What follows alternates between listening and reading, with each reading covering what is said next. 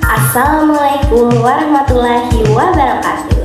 Halo semuanya, perkenalkan saya Dewi Ayu Pratiwi dengan NIM 24101233200017. Pada kesempatan kali ini saya akan membahas tentang program bimbingan dan konseling komprehensif bagi anak berkebutuhan khusus di sekolah inklusif. Untuk mata kuliah bimbingan dan konseling anak berkebutuhan khusus yang diampu oleh Ibu Dr. Ririanti Rahmayani Zamain SPSI MPD dan Ibu Asih Nur Zahidah SPDI MPD. Pernahkah kalian melihat ada siswa yang kesulitan berinteraksi dengan teman-temannya, sulit berkonsentrasi saat belajar, atau membutuhkan cara belajar yang berbeda dari siswa lainnya? Nah, di sekolah inklusif, kondisi seperti ini sering ditemui karena sekolah menerima peserta didik dengan berbagai karakteristik dan kebutuhan. Oleh karena itu, layanan bimbingan dan konseling memiliki peran yang sangat penting untuk membantu mereka berkembang secara optimal. Nah, pada video ini saya akan menjelaskan apa itu program bimbingan dan konseling komprehensif, mengapa program ini sangat penting bagi anak berkebutuhan khusus, serta bagaimana penerapannya di sekolah inklusif.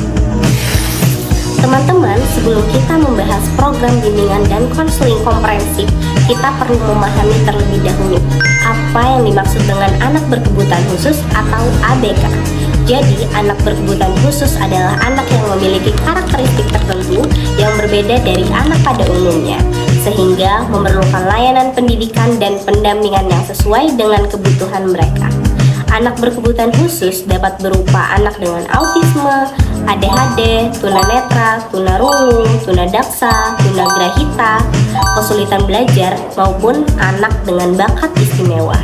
Nah, karakteristik mereka tentu saja berbeda-beda. Ada yang mengalami kesulitan dalam komunikasi, ada yang sulit fokus dalam belajar, ada yang mengalami hambatan dalam interaksi sosial, dan ada pula yang membutuhkan bantuan khusus dalam melakukan aktivitas sehari-hari. Menurut berbagai penelitian, layanan bimbingan dan konseling di sekolah inklusif berperan dalam membantu mengidentifikasi kebutuhan peserta didik, menyusun program pendampingan, serta memberikan layanan yang sesuai dengan karakteristik masing-masing siswa. Lalu, apa yang dimaksud dengan program bimbingan dan konseling komprehensif? Program bimbingan dan konseling komprehensif adalah program bimbingan dan konseling yang dirancang secara menyeluruh, terencana, sistematis, dan berkelanjutan untuk membantu perkembangan peserta didik dalam aspek pribadi, sosial, belajar, dan karir. Program ini tidak hanya diberikan ketika siswa mengalami masalah, justru program BK komprehensif berupaya mencegah munculnya masalah sekaligus mengembangkan potensi yang dimiliki peserta didik. Dalam pelaksanaannya, program bimbingan dan konseling komprehensif memiliki 4 komponen utama. Yang pertama adalah layanan dasar. Layanan ini diberikan kepada seluruh peserta didik melalui kegiatan seperti bimbingan klasikal, layanan informasi orientasi sekolah, dan pengembangan keterampilan sosial. Yang kedua adalah layanan responsif. Layanan ini diberikan ketika siswa menghadapi masalah tertentu, misalnya kesulitan beradaptasi, konflik dengan teman, atau mengalami perundungan. Yang ketiga adalah perencanaan individual. Melalui layanan ini, guru bimbingan dan konseling membantu peserta didik mengenali kemampuan, minat, bakat, serta merencanakan masa depannya. Yang keempat dan yang terakhir adalah dukungan sistem, yaitu kerjasama antara guru bimbingan dan konseling, guru mata pelajaran, orang tua, kepala sekolah, dan tenaga profesional lainnya.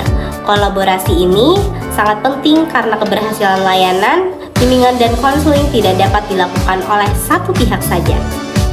Selanjutnya, mari kita lihat contoh penerapannya di sekolah. Misalnya, terdapat seorang siswa dengan autisme yang mengalami kesulitan berinteraksi dengan teman sekelasnya. Nah, dalam kondisi ini, guru bimbingan dan konseling dapat melakukan asesmen terlebih dahulu untuk memahami kebutuhan siswa tersebut. Setelah itu, guru bimbingan dan konseling memberikan konseling individual untuk membantu siswa mengenali dan mengelola emosinya.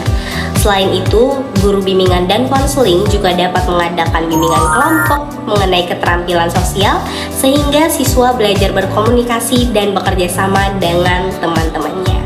Nah, tidak hanya itu, guru bimbingan dan konseling juga dapat memberikan edukasi kepada seluruh siswa tentang pentingnya menghargai perbedaan dan mencegah perilaku bullying, terhadap anak berkebutuhan khusus.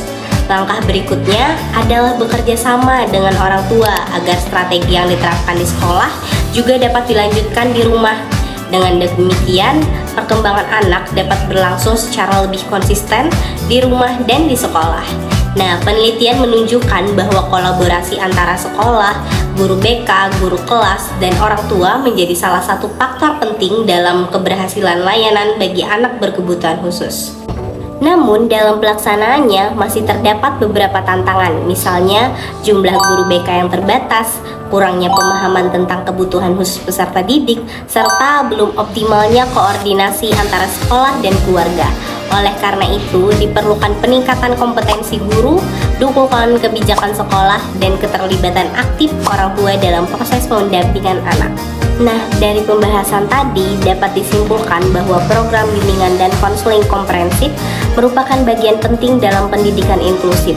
Program ini membantu anak berkebutuhan khusus mengembangkan kemampuan pribadi, sosial, belajar, dan karir mereka secara optimal. Melalui layanan dasar, layanan responsif, perencanaan individual, dan dukungan sistem yang melibatkan berbagai pihak, anak berkebutuhan khusus dapat memperoleh kesempatan yang sama untuk berkembang dan meraih masa depan yang lebih baik.